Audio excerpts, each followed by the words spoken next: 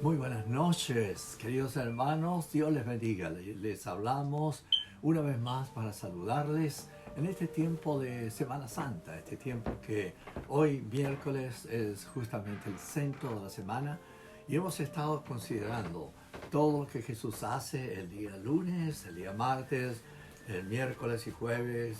En fin, es una historia muy interesante, la Pascua cristiana.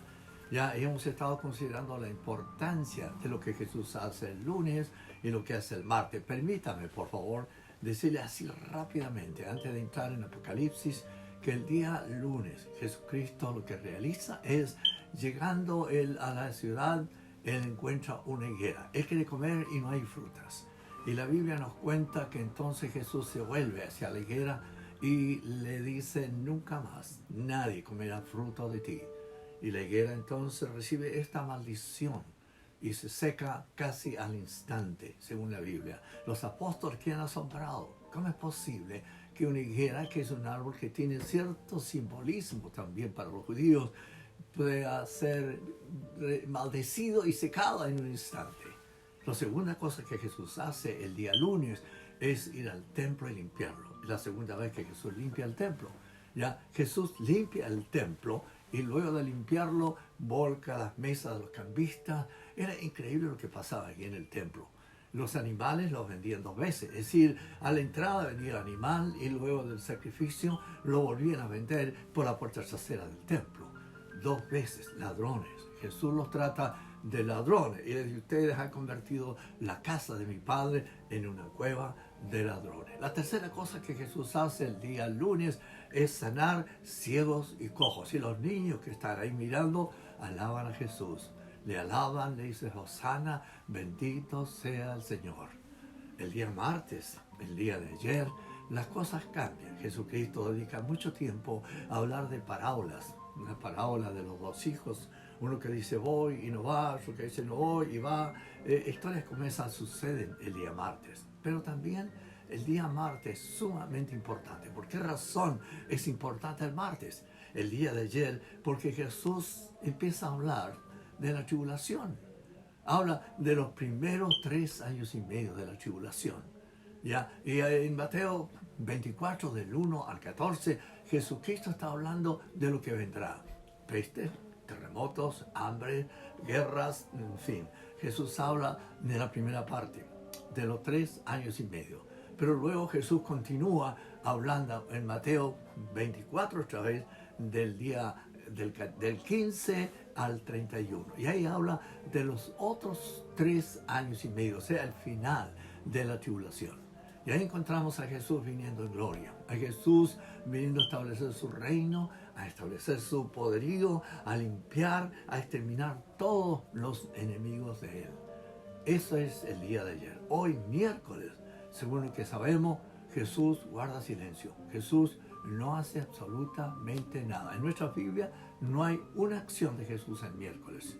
Pero mañana ya veremos nuevas acciones de Jesús. Jesús va a proceder a celebrar la cena del Señor. 2 cenas celebra Jesús: la cena judía primero, y luego de eso Jesús celebra la cena cristiana por primera vez en la historia del mundo. No se había hecho nunca antes. Por esa razón Jesús recita estas palabras, que son palabras del Antiguo Testamento. Este es mi cuerpo, que por vosotros es partido. Cuando Él toma el pan, lo parte y lo bendice y se lo da a los apóstoles, y ellos lo comen, ¿ya?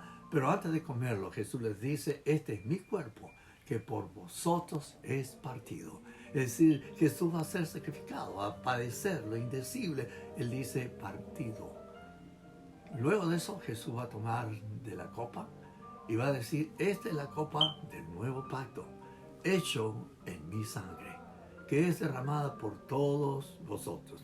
Usted empieza a pensar así, queridos hermanos y amigos, el día jueves es el día de la cena del Señor, que Jesús tiene una despedida íntima, amigable. Por supuesto, Judas participa solo de la primera. De la segunda cena, él, invocado y movido por el diablo, sale de allí y se va para preparar todo y entregar a su maestro. Esto es, queridos amigos, queridos hermanos, lo que sucede entonces en esta semana. Lo del viernes todos sabemos que Jesús es crucificado. Muy temprano en la mañana es crucificado el Señor, y luego de ser crucificado allí en la cruz, Jesús recita 7 frases allí en la cruz. 7 frases. Empieza con: Padre, perdónalos porque no saben lo que hacen. Y finalmente, Jesús, la última palabra es: Padre, en tus manos encomiendo mi espíritu. Por supuesto, Jesús muere ese día en la tarde. Muere y tiene que ser sepultado rápidamente por algunos amigos, como Nicodemo, José de Arimatea, que vienen a pedir el cuerpo y lo sepultan en un sepulcro prestado.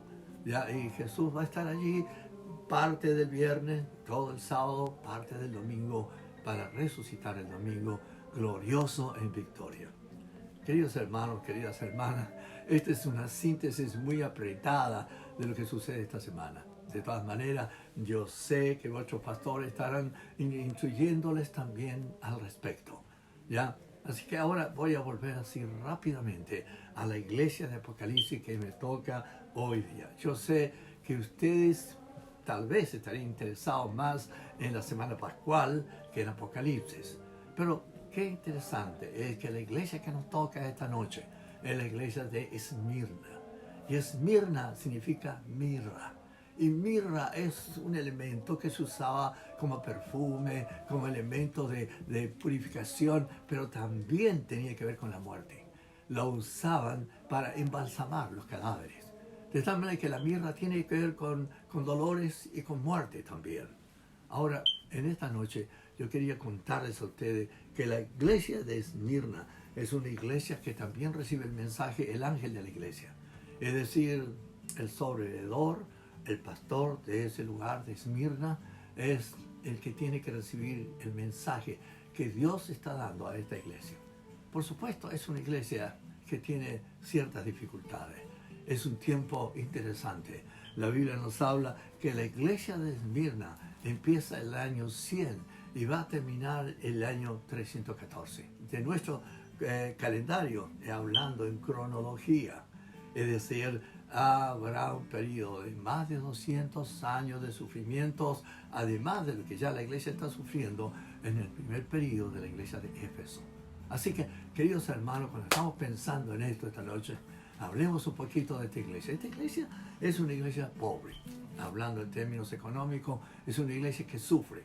Y sufre porque sencillamente los judíos están persiguiendo a los cristianos. Y los judíos son fuertes, tienen poder, tienen toda la gracia de tener el favor del emperador, el favor de las autoridades. No así los cristianos. Los cristianos son condenados de varias maneras. Son condenados como ateos porque tienen un solo Dios. Son condenados también como inmorales porque ellos celebran una fiesta que ellos llaman ágape. El ágape es una fiesta de cristianos, solamente para cristianos. Los que no eran cristianos no tenían acceso a esas fiestas cristianas, ¿ya? Y entonces eran condenados como inmorales por esa razón. Como ateos, eran perseguidos. La verdad que esta iglesia es una iglesia que sufre de muchas maneras, ¿ya? Y cuando usted está pensando en esta iglesia, usted va a tener que leer esta frase que está escrita allí en Apocalipsis. El primero dice, el postrero que estuvo muerto y vivió, dice esto. O sea, ¿quién está hablando aquí? Es el Eterno, Jesucristo. Está hablando. Él dice, el que estuvo muerto y el que ahora vive, él dice esto, es decir, en la vida eterna de Jesucristo, el que murió en la cruz, y luego que murió en la cruz, él resucitó otra vez. Entonces, él habla con esta iglesia. Jesús se identifica plenamente con esta iglesia, porque él no ha tenido problemas para esconder. O sea, Jesús no esconde el costo del discipulado. Jesús sabe que lo que le va a costar a ellos va a ser la vida. Van a tener que morir. Recuerden ustedes que estamos en un periodo de tribulación. Es decir, en este periodo de tribulación básicamente va a haber mucha muerte. Van a morir muchos, mayormente los judíos. Recuerda usted que vamos a encontrar más adelante cómo el Evangelio es predicado por los 144,000 en Apocalipsis 7. También es predicado por los 2 testigos, Moisés y Elías. Y también finalmente un ángel también trae el Evangelio y lo predica. Es decir, van a haber personas, mayormente judíos, que van a rendir su vida y van a reconocer y van a recibir a Jesucristo como el Mesías, el Mesías. Y cuando usted piensa en esto, entonces dice, wow, esta gente entonces que son salvos, que forman iglesias en diferentes partes del Asia, van a ser perseguidos, van a ser maltratados de una forma increíble. Y aquí dice entonces tribulación, o sea, van a sufrir tribulación. La palabra tribulación es una palabra muy, muy interesante porque habla de lo que ellos van a padecer. Ya, primero van a tener pobreza, van a ser pobres. No hay duda de que después de ser despreciados, maltratados, acusados injustamente, ellos no tienen las mismas posibilidades que otros de encontrar trabajo, de ganarse la vida. Empiezan a vivir un periodo de pobreza. Y no hay duda que fue así, es decir, una pobreza física. No había dinero, no había comida, no había ropa, no había acceso a los lugares que otros tenían acceso. El dolor de ellos era increíble. Estamos viviendo ahora algo parecido acá en Nueva York. Definitivamente hay muchos que están muriendo, cientos están muriendo aquí en Nueva York. Y cuando Jesús dice aquí de esta tribulación, dice, yo conozco, Él conoce, por supuesto, Él sabe cuál es nuestro problema, cuál es nuestro dolor, cuál es nuestra tristeza, porque los cristianos también tenemos tristeza, también lloramos. Y por supuesto, sin duda alguna, queridos hermanos, queridas hermanas, queridos amigos, sin duda alguna, que en el tiempo que hablamos esta noche, en el tiempo de Esmirna, hay una gran tribulación allí también.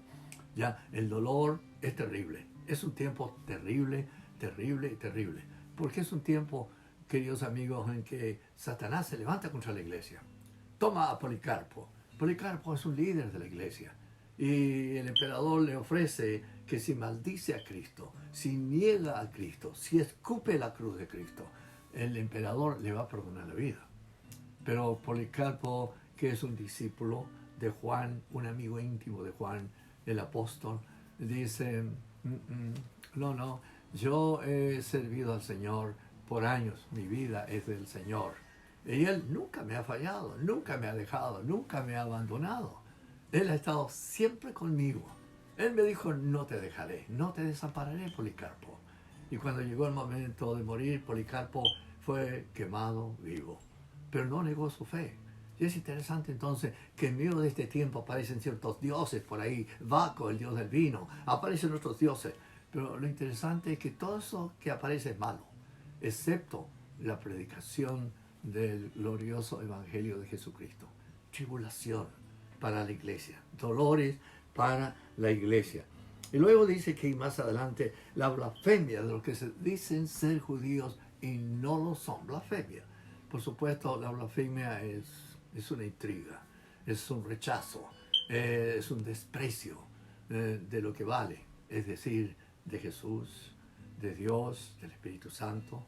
Estos judíos que son malos, definitivamente malos, dicen que son judíos, pero no son judíos, sino son la sinagoga, dice la Biblia, de Satanás. Es decir, han construido ellos también su sinagoga allá en Esmirna. Pero no es una sinagoga judía pura, no, son corruptos, están corrompidos y son amigos y servidores del diablo. La palabra diablo es un vocablo interesante y significa acusador.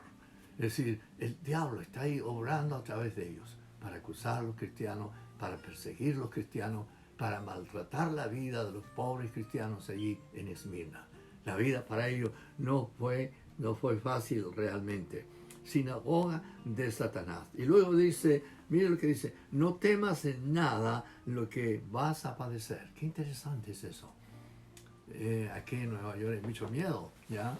Pero aquí lo que dice la Biblia, no temas en nada lo que vas a padecer. Es decir, aquí hay miedo en Nueva York, hay miedo en el mundo. Se ha desatado un terror, un espanto, un pánico universal por la peste de coronavirus. Coronavirus es una peste mortal. ha matado a miles de personas en el mundo. Miles de personas. Escuchen, no son cientos, no son 10, son miles. Y entonces la gente se ha asustado. La gente tiene muchos miedos ahora. Y lo que Dios le dice a esta iglesia, producto de todo el dolor, la persecución y la tribulación que están sufriendo, le dice el Señor esto: no temas en nada lo que vas a padecer. Es decir, esta iglesia está padeciendo y va a padecer aún más por los pronósticos y por las profecías que pronuncia el Señor para esta iglesia de Esmirna. Vas a seguir padeciendo, pero no temas, ten paz, ten calma, estate sosiego, descansa en el Señor. Y cuando usted empieza a pensar en esto, usted se empieza a dar cuenta que dice aquí: he aquí el diablo echará a algunos de vosotros en la cárcel. El diablo, wow, el diablo. El diablo tiene dos traducciones. Uno es acusador, otro es calumniador. El diablo va a acusarlos. El diablo va a engañar a las autoridades. El diablo va a permitir que estos cristianos de este periodo, un periodo terrible en el tiempo que fue escrito esta carta, para que los cristianos puedan enfrentar los sufrimientos y la tribulación que está por delante. Queridos hermanos, es increíble esto. Es decir, cuando usted empieza a pensar que el sufrimiento de la iglesia no es algo ajeno a nuestra vida, a nuestra realidad. No. Jesús nunca escondió esto. Cuando Jesús llamó a sus discípulos, les dijo: ok, que quiera seguir en pos de mí, tome su cruz, niéguese a sí mismo todos los días y sígame. ¿Dónde vamos, Señor? A morir. La cruz era para eso. La cruz romana se usaba para matar personas. Fue en una cruz romana en la que Cristo fue crucificado. Y por supuesto, queridos hermanos, cuando usted empieza a pensar en la iglesia sufriente, dice aquí el Señor: y tendré tribulación por 10 días. O sea, habrá un periodo en que la tribulación va a ser más intensa. 10 días que son literales, no son de otra manera. Y son días que van a ser intensa la tribulación. Muchos van a ser decapitados, muchos van a ser asesinados, muchos van a ser comidos de leones. Recuerden que este es el periodo malo, terrible, del 100 al 314. Es un periodo terrible en la historia de la iglesia. Mueren miles de cristianos, miles y miles de cristianos.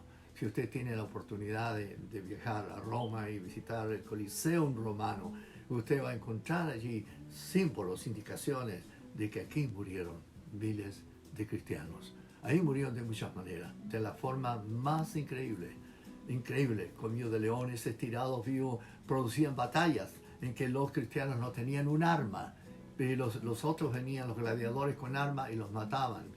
Era increíble. Los otros que hacían en el Coliseo, los llenaban con agua y morían botes y peleaban ahí y mataban a los cristianos.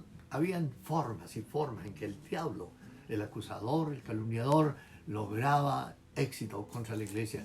Pero no es que Dios estuviera ajeno, no es que Dios no lo supiera, no. Dios es el soberano. Él lo permite. Él deja que sus hijos puedan padecer, que sus hijos puedan sufrir, pero no padecen solos. Miren, qué interesante es eso. Ellos padecen con Cristo. Cristo está con ellos, los acompaña, Él llora con ellos, Él sufre con ellos, Él tiene compasión de ellos, Él los ve morir cantando. Si hay algo que impresiona, imagino yo, por mucho tiempo en el circo romano, fue que los cristianos no morían gimiendo, llorando o negando. No, ellos morían cantando, morían alabando a Dios, y así morían. Impresionaron al imperio, de tal manera que algunos romanos saltaban de arriba de la galería a la arena donde estaban los leones y decían: yo quiero lo que ellos tienen, yo quiero el valor que ellos tienen, lo que ellos sienten, lo que ellos son, yo quiero ser como ellos. Y cuando usted empieza a pensar así, queridos hermanos, queridas hermanas, es que lo que ellos sufren, este periodo, estos 10 días que habla la Biblia, son 10 días que obviamente son terribles. Ya no podemos traducirlo de otra manera, sino en forma literal. Y lo que más dice al final, viene la promesa que hay al final de este capítulo: sé fiel hasta la muerte, y yo te daré la corona de la vida. Escuche, no es la vida. Algunos lo pueden interpretar mal. No, es la vida, usted la recibe, la vida eterna desde el momento en que usted recibe a Jesucristo, nace de nuevo. Desde ese momento usted tiene su vida eterna asegurada. No hay que hacer más. Pero ahora lo que dice aquí, sé fiel hasta la muerte. O sea, muere con valor, muere con gratitud, muere cantando, muere alabando, muere orando. ¿Ya? El valiente nunca da vuelta a la espalda y huye. No, enfrenta, da la cara. Da la cara.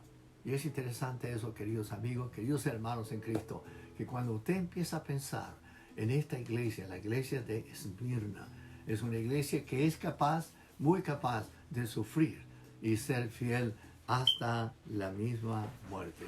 Ya, me interesa que usted pueda pensar esta noche en mirar esto seriamente, muy seriamente. Y voy a leer lo último que está aquí.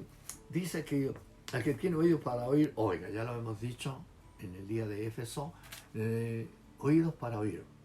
Recuerde usted, oír es un sentido sumamente importante, tener oídos para oír.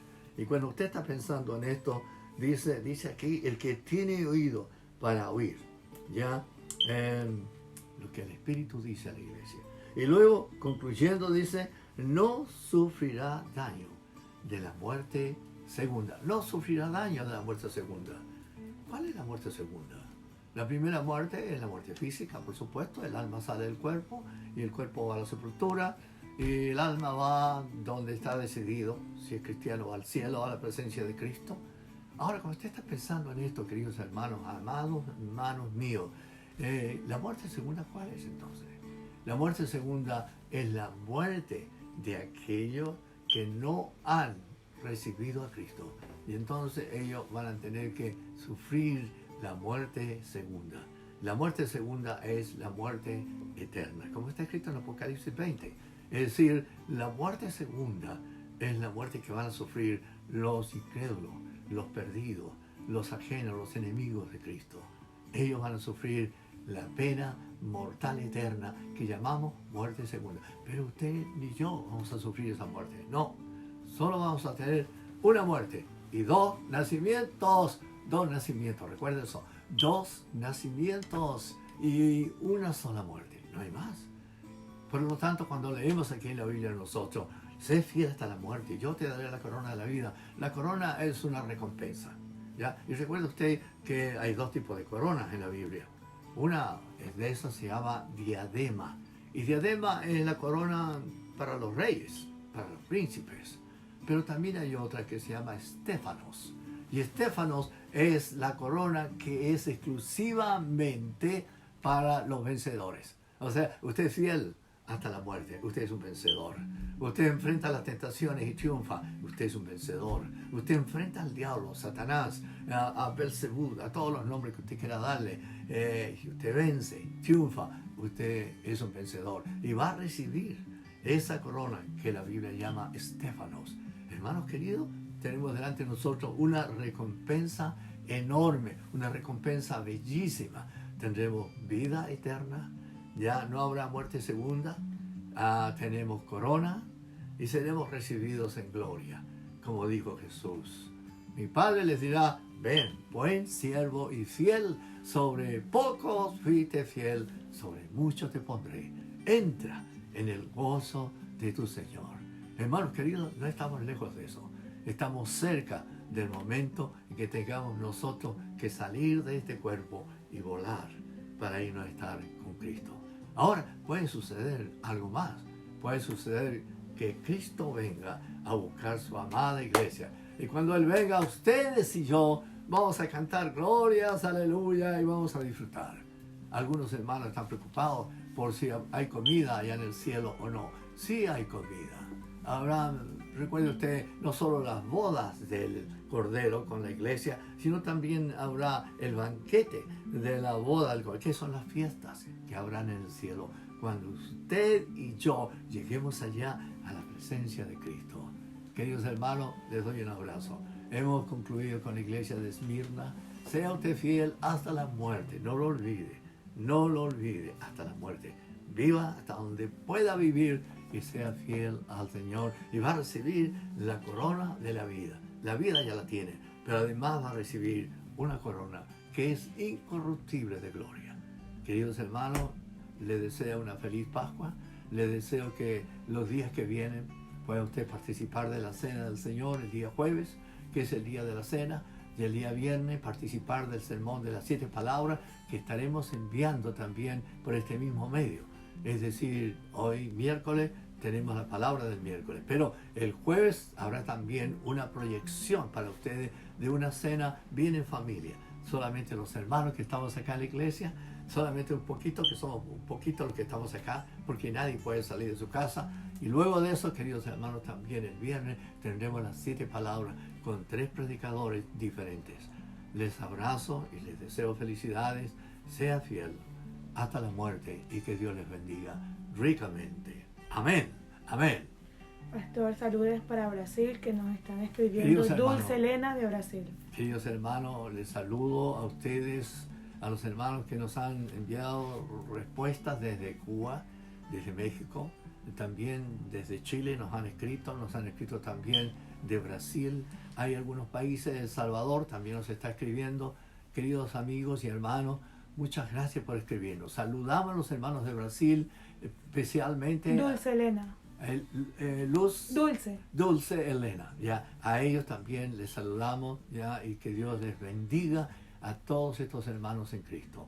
Recuerden que estamos unidos por la oración, estamos orando todos los días por esta situación que aflige al mundo entero. Que Dios les bendiga otra vez más para todos ustedes. Bendiciones, bendiciones, bendiciones. Aleluya, aleluya, alabado sea el Señor.